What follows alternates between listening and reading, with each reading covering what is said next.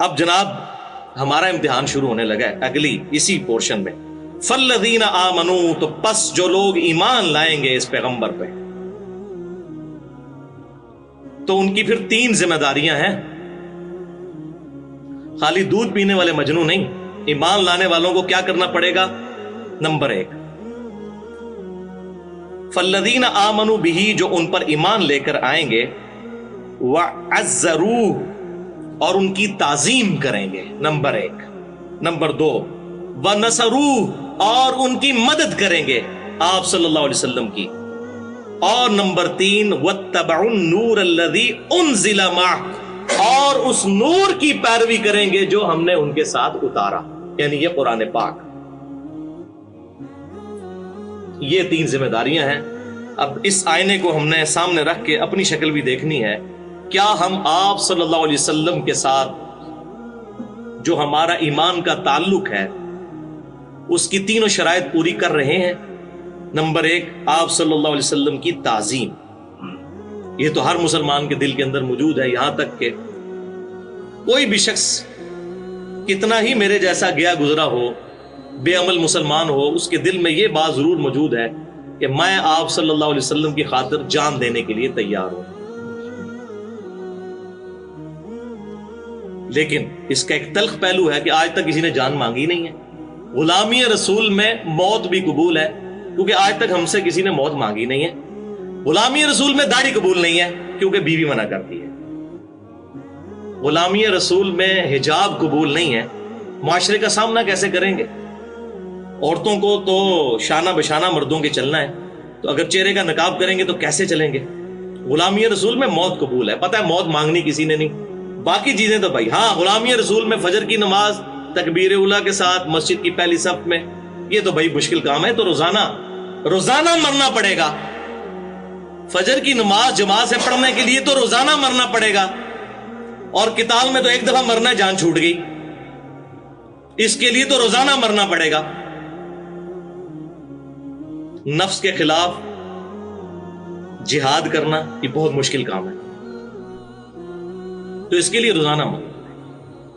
تو تعظیم صرف یہ نہیں ہے کہ آپ صلی اللہ علیہ وسلم کا نام مبارک آئے تو ہم صلی اللہ علیہ وآلہ وسلم کہہ لیں، بلکہ پریکٹیکلی اس کو ریسپانس کرنا ہے. صحیح بخاری اور صحیح مسلم کی متفق علیہ حدیث ہے، کتاب الایمان چیپٹر میں، تم میں سے کوئی شخص اس وقت تک مؤمن ہی نہیں ہو سکتا جب تک کہ میں اسے اس کے ماں باپ اولاد سب لوگوں سے بڑھ کر عزیز نہ ہو جاؤں. تو اس کا کیا مطلب ہے کہ ماں باپ اولاد سب لوگ ایک طرف کھڑے ہو جائیں اور آپ صلی اللہ علیہ وسلم کا حکم دوسری طرف ہو، تو پوری دنیا کی پرواہ کیے بغیر اپنے محبوب صلی اللہ علیہ وسلم کا دامن کرم تھام لیا جائے. یہ مطلب ہے اس کا مطلب نعرے لگانا نہیں ہے، صرف جوش سے گلا پھاڑنا نہیں ہے، بلکہ پریکٹیکل. ان کی تعظیم، ونصروہ، اور آپ کی مدد.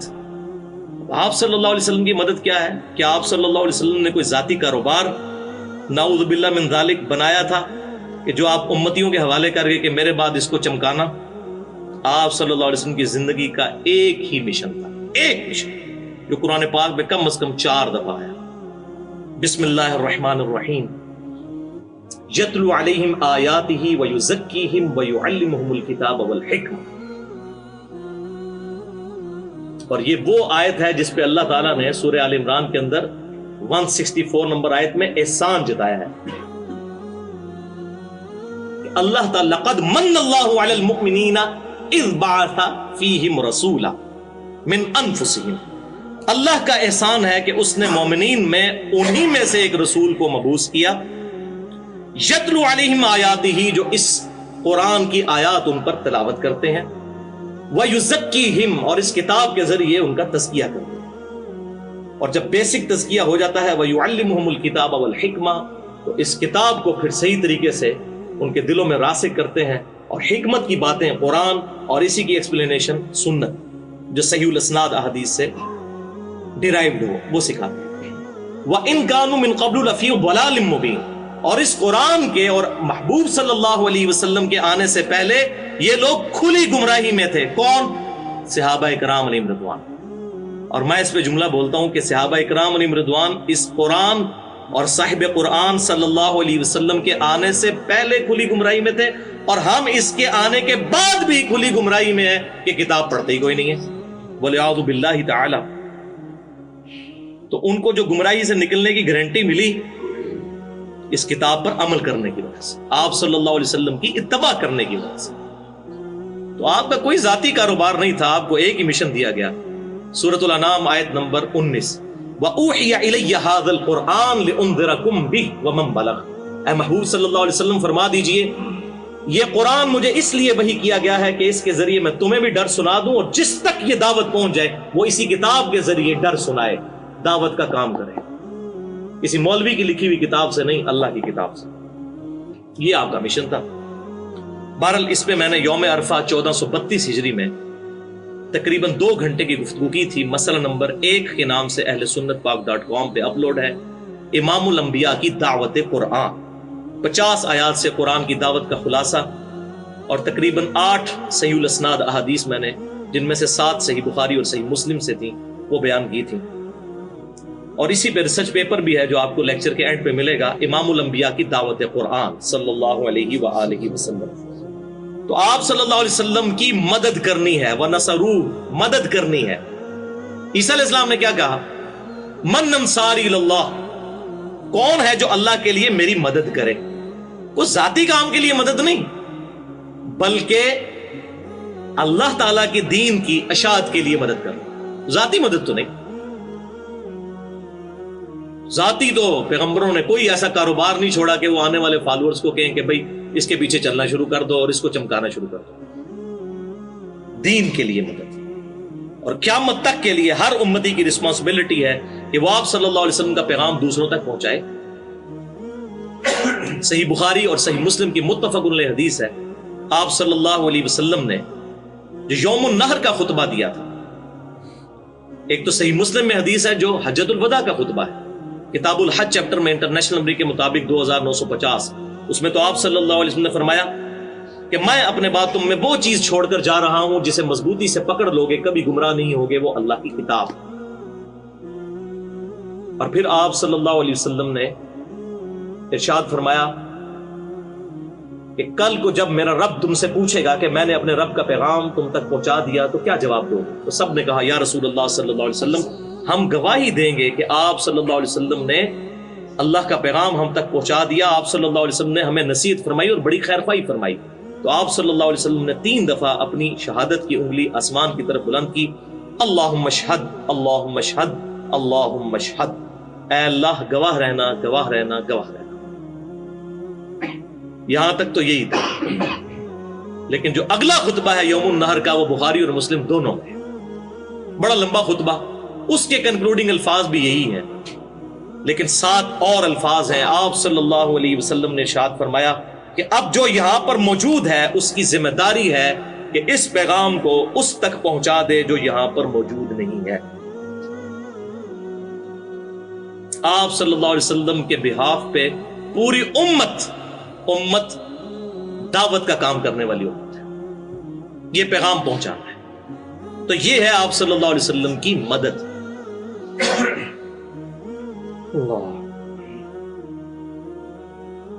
وَاتَّبَعُوا النُّورَ الَّذِي أُنزِلَ مَعَهُ، اور اتباع کرو اس نور کی جو ان کے ساتھ ہم نے نازل کیا، یہ کتاب اللہ۔ اب اس کے اندر تو سب کچھ ہی آ گیا، یہ بالکل سپرلیٹو ڈگری آ رہی ہے۔ پہلے کہا تعظیم کرو، مدد کرو، اور ہاتھی کے پاؤں میں سب کا پاؤں، سب سے بڑی بات کر دی کہ اس نور کی پیروی کرو، اس کتاب کی پیروی کرو۔ آپ صلی اللہ علیہ وسلم نے اپنی وفات سے 2.5 مہینے پہلے جو خطبہ دیا ہے حجۃ الوداع کے بھی بات، صحیح مسلم میں اوپر تلے 4 احادیث ہیں انٹرنیشنل نمبرنگ کے مطابق 6225 سے لے کر 6228 تک، جسے غدیر خم کا خطبہ کہتے ہیں، جو اہل سنت اور اہل تشیع کے ہاں کامن خطبہ ہے، جو ہم نے اپنے منہج پہ بھی لکھا ہوا ہے کہ آپ صلی اللہ علیہ وسلم نے غدیر خم نامی جگہ پر پڑاؤ فرمایا مدینہ شریف واپس آتے ہوئے حج کے بعد۔ اب یہ خطبہ حجۃ الوداع کے بھی بعد کا خطبہ ہے، اسے بھی سپرسیڈ کرنے والا ہے، اور کنکلوڈنگ الفاظ ہیں، اے لوگو آگاہ ہو جاؤ، میں بھی ایک انسان ہوں، قریب ہے کہ اللہ کا قاصد یعنی موت کا فرشتہ میرے پاس آئے اور میں اس کی دعوت قبول کر لوں. میں اپنے بعد تم میں 2 بھاری چیزیں چھوڑ کر جا رہا ہوں. ان میں سے پہلی چیز اللہ کی کتاب ہے. اس میں ہدایت ہے, اس میں نور ہے. تم اللہ کی کتاب کو پکڑو, اپنا تعلق اس کتاب کے ساتھ مضبوط کرو. اللہ کی کتاب اللہ کی رسی ہے, جو اسے پکڑے گا ہدایت پر ہوگا, جو چھوڑ دے گا گمراہ ہو جائے گا. قرآن میں ہے نا وَاعْتَصِمُوا بِحَبْلِ اللَّهِ جَمِيعًا وَلَا تَفَرَّقُوا. یہ صحیح مسلم کی حدیث نے بتایا یہ ہے اللہ کی رسی. اور پھر زید بن ارقم کہتے ہیں آپ صلی اللہ علیہ وسلم ہمیں ترغیب دلاتے رہے اللہ کی کتاب, اللہ کی کتاب, اللہ کی کتاب. اور پھر فرمایا دوسری چیز میرے اہل بیت ہیں. میں اپنے اہل بیت کے معاملے میں تمہیں اللہ سے ڈراتا ہوں. میں اپنے اہل بیت کے معاملے میں تمہیں اللہ سے ڈراتا ہوں. میں اپنے اہل بیت کے معاملے میں تمہیں اللہ سے ڈراتا ہوں. کیونکہ آپ صلی اللہ علیہ وسلم کو یہ غیبی خبر دی جا چکی تھی کہ آپ کی امت آپ کی وفات کے بعد آپ کے اہل بیت کے ساتھ برا سلوک کرے گی.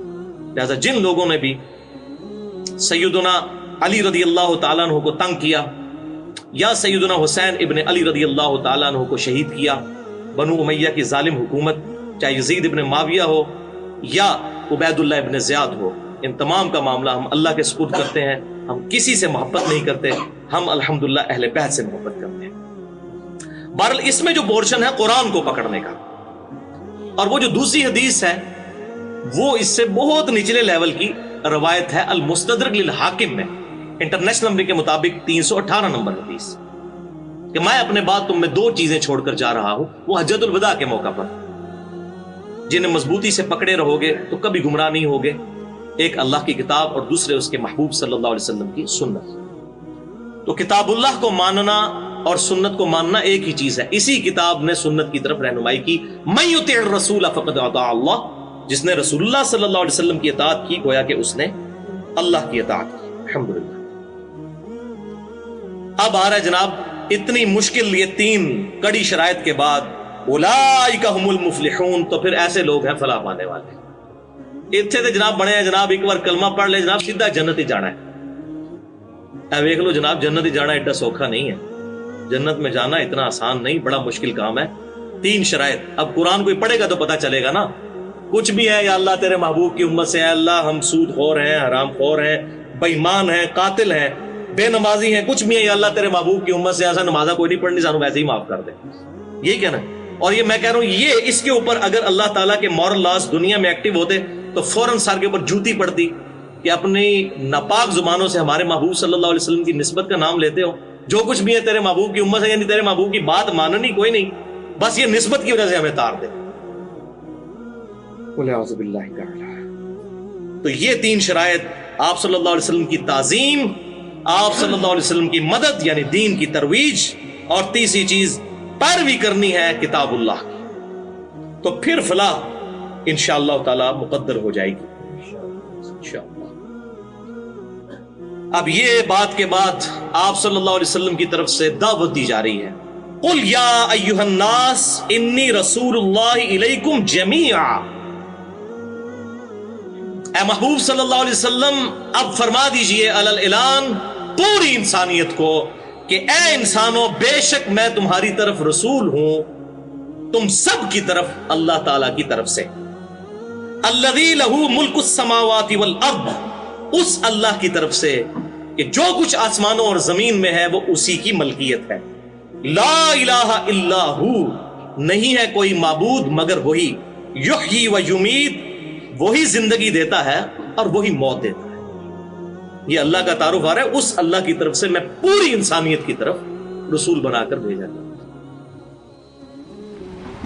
وہ لوگ جو اس رسول یعنی نبی امی کی پیروی کرتے ہیں جن کے اوصاف کو وہ اپنے ہاں تورات اور انجیل میں لکھا ہوا پاتے ہیں, وہ انہیں نیک کام کا حکم دیتے ہیں اور برے کام سے روکتے ہیں, اور پاک چیزوں کو ان کے لیے حلال کرتے ہیں اور ناپاک چیزوں کو ان پر حرام ٹھہراتے ہیں, اور ان پر سے بوجھ اور طوق جو ان کے سر پر اور گلے میں تھے اتارتے ہیں. تو جو لوگ ان پر ایمان لائے اور ان کی رفاقت کی اور انہیں مدد دی, اور جو نور ان کے ساتھ نازل ہوا ہے اس کی پیروی کی, وہی مراد پانے والے.